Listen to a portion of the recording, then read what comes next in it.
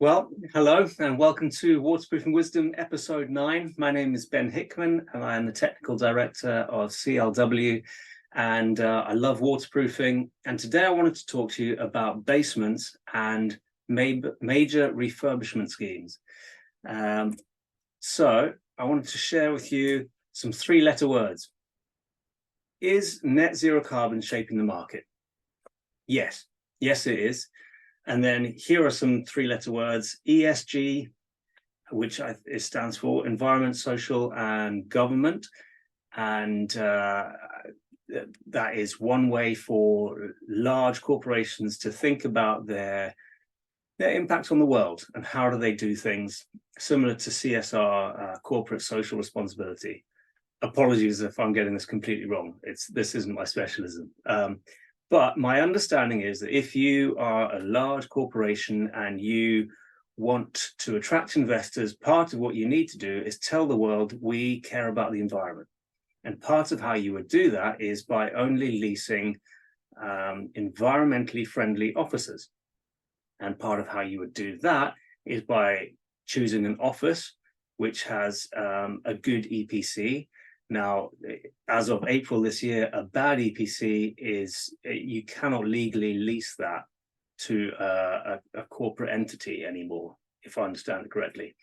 I'm not talking about quite that bad on the EPC rating, but if you're a big global corporation and you want to tell your investors, look, we're good people, we care about the environment, part of how you would do that is by thinking about renting an office building that has good environmental credentials. So that would look like a good EPC rating, but it would also look like a good BREEAM rating.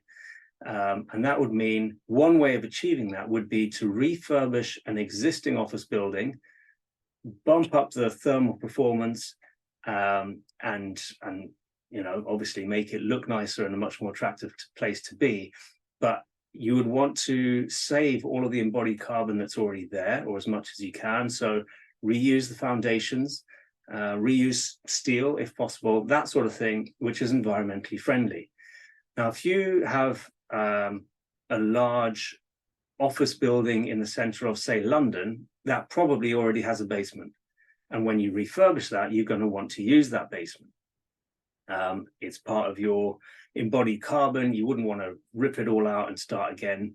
And we're seeing more of that in the market now than we used to. We're being asked to comment on refurbishment, or actually be part of a design team on a refurbishment, rather than just the good old new build, dig it up and do something new.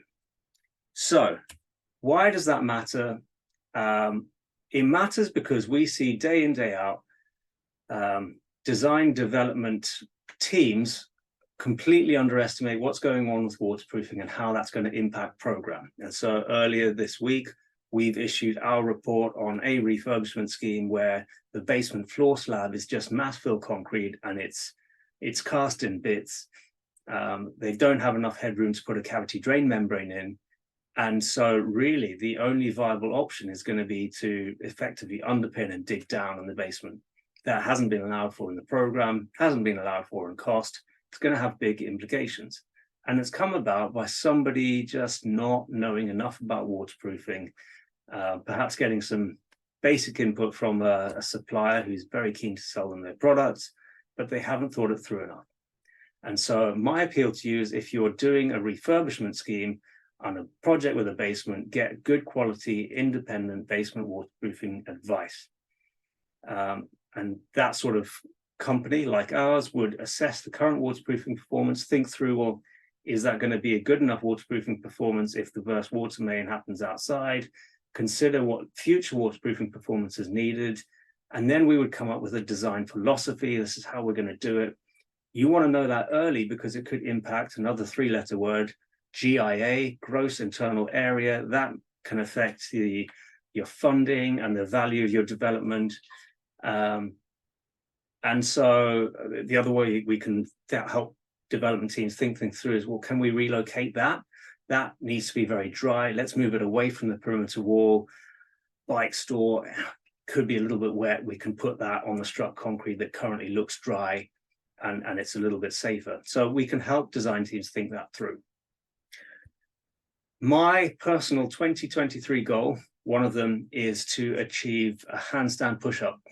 I don't have that kind of physique, but I've been working hard at handstand push-up for a good 9 months now, and I still can't do a handstand. And I finally took the decision, I think it was last week, let me find a personal trainer or somebody who knows what I'm doing wrong and they can help me. And I went to see that person today, and I spent an hour getting stretching and a whole bunch of stuff that suddenly I could nearly do a handstand, and I couldn't yesterday. And I think it helped me realize the value of good advice at the right time. And I would encourage development teams and architects and engineers and project managers work smarter and avoid mess in your program and your budget by getting waterproofing design input earlier. Thank you for watching. If you ever want to talk through basement waterproofing or any waterproofing for that matter, please do get in touch. Thank you for watching.